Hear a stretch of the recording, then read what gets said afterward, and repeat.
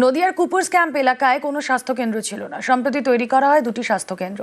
এতে উপকৃত কয়েকশো বাসিন্দা। সুন্দরবন লাগোয়া গ্রামে তৈরি হবে পথশ্রীর রাস্তা। কোচবিহারের দুটি ব্লকেও তৈরি হবে একাধিক পাকা রাস্তা।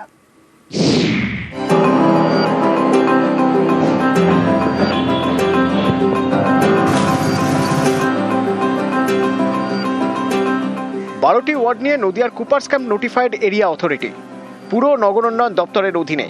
এই কুপার্স ক্যাম্প এলাকায় এতদিন কোনো সরকারি স্বাস্থ্যকেন্দ্র ছিল না। চিকিৎসার জন্য যেতে হতো প্রায় 5 কিলোমিটার দূরে রানাঘাট মহকুমা হাসপাতালে। সম্প্রতি কুপার্স ক্যাম্প এলাকাতেই দুটি স্বাস্থ্যকেন্দ্র তৈরি করা হয়। এতে উপকৃত শয়ে শয়ে বাসিন্দা। আগে দেখাতাম রানাঘাট, দূরে তো ওটা আমাদের একটু কষ্ট হতো, আগে এখন ছিল না। হ্যাঁ, নতুন হয়েছে। হ্যাঁ, আমরা খুব উপকৃত হয়েছি এর জন্য, বাড়ির কাছাকাছি তো। সবচেয়ে মারাত্মক ব্যাধি যাকে আমরা বলি ক্যান্সার, তারও পরীক্ষার সুযোগ আছে। আমরা পৌরসভার ওন ফান্ড থেকে সেই ওষুধগুলো কিনে দিচ্ছি, যেটা বাজার থেকে মানুষকে কিনতে হয়। 15 থেকে 16,000 মানুষ এই পরিষেবার উপরে তারা নির্ভরশীল এবং পাচ্ছে।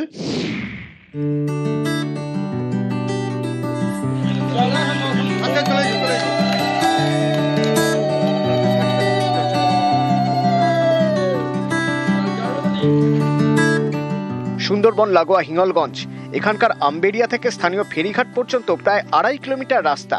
এই মাটির রাস্তায় এবার পিচ পড়বে। এর জন্য পথশ্রী প্রকল্পে বরাদ্দ প্রায় 1,32 লক্ষ টাকা। বৃহস্পতিবার হয়ে গেল রাস্তার কাজের শিলান্যাস। রাস্তাটা শুরু হয়ে গেছে, সেজন্য আমরা খুব আনন্দিত, সবার মনে খুব খুশি আছি। রাস্তাটা খুব সুন্দর হচ্ছে, আমড়ে থেকে 3 নম্বর ফেরিঘাট পর্যন্ত।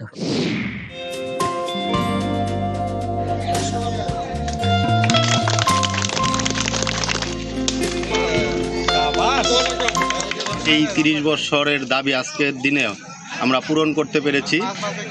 স্থানীয় নেতৃত্ব সাহায্যে আমরা আজকে উদ্বোধন হলো, ব্লক সভাপতির মারফত উদ্বোধন হলো। রাস্তাটা পেয়ে আমরা খুব খুশি।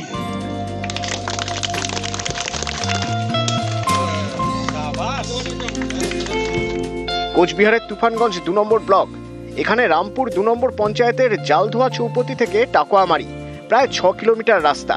স্থানীয়দের দাবি প্রায় 30 বছর ধরে এই রাস্তা বেহাল। অবশেষে মাটির রাস্তায় যাতায়াতের দিন শেষ। এবার পথশ্রী প্রকল্পে তৈরি হবে পাকা রাস্তা। এর জন্য বরাদ্দ করা হয়েছে প্রায় 2,98 লক্ষ টাকা। 35 বছর ধরে রাস্তা চলাফেরা আমরা যাইতে পারি নাই, জলকাদা ছিল। আজকে এই রাস্তা উদ্বোধন হইলো, আমরা খুব খুশি হইলাম।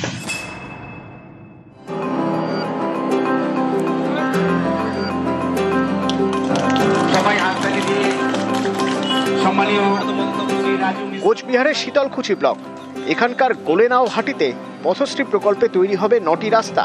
এর জন্য প্রায় 14 কোটি টাকা বরাদ্দ করা হয়েছে। বুধবার হয়ে গেল রাস্তার কাজের শিলান্যাস। বহুদিন থেকে বেহাল ছিল, রাস্তাঘাটে চলতে পারি না, কি অবস্থা, রাস্তা ভালো হয় না। আজকে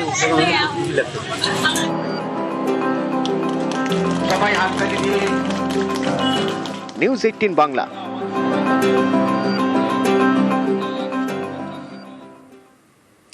নদিয়ার শান্তিপুরে বিক্ষোভ ঘিরে উত্তেজনা। বড় জিয়াকুর পঞ্চায়েতে বিজেপি তৃণমূল তুমুল ঝামেলা। প্রকল্পে দুর্নীতির অভিযোগে বিক্ষোভ বিজেপির, কাজ না করেই টাকার হিসেব দেখানোর অভিযোগ।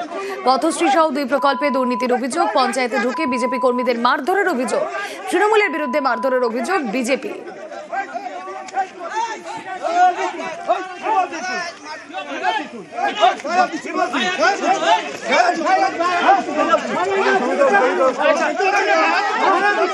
দুবার একটা রাস্তার উদ্বোধন হয়ে গেল, প্রায় 81 লক্ষ টাকার ফলক পড়ে গেল, অথচ রাস্তায় একটা পাথর পর্যন্ত পড়লো না। কি করে সম্ভব? বলছে 17ই ডিসেম্বর কাজ শুরু হয়ে গেছে। কোন ধরনের দেখুন একটা কাজের জিনিস পড়েছে কিনা। আমরা বলছি আগামী 7 দিনের মধ্যে এই রাস্তা করে দিতে হবে, নাহলে এই রাস্তার টাকা যাদের পেটে আছে সেই পেট থেকে আমরা টাকা বের করব। অফিসে গিয়ে দেখুন, বিল ভাউচার বছরে অডিট হয়, ওখানে একটা কাজ করতে গেলে একটা প্রকল্পের নাম দিতে হয়। যতটুকু ফান্ড ছিল ওখানে গার্ডওয়ালা হওয়ার পরে ফান্ড শেষ, আর কাজ হয়নি। এরপরে আবার স্কিম হবে, হয়ে ওটা হবে। ও তো নিজে পঞ্চায়েত সমিতির সভাপতি আছে, এলাকার মানুষের উন্নয়ন করে না, ও জানবে কোথা থেকে? ও আগে অফিসে কমপ্লেন করে RTI করে তুলুক, কপিটা তুলে কাজ হয়েছে কিনা সেটা দেখুক। প্রতিবাদে 12 নম্বর জাতীয় সড়ক অবরোধ বিজেপির। মারধরের অভিযোগ অস্বীকার তৃণমূলের। সরকারি প্রকল্পের ব্যানার ছেঁড়ার পাল্টা অভিযোগ। শান্তিপুর থানায় লিখিত অভিযোগ তৃণমূলের। জবাব তোমায় দিতে হবে, জবাব তোমায় দিতে হবে।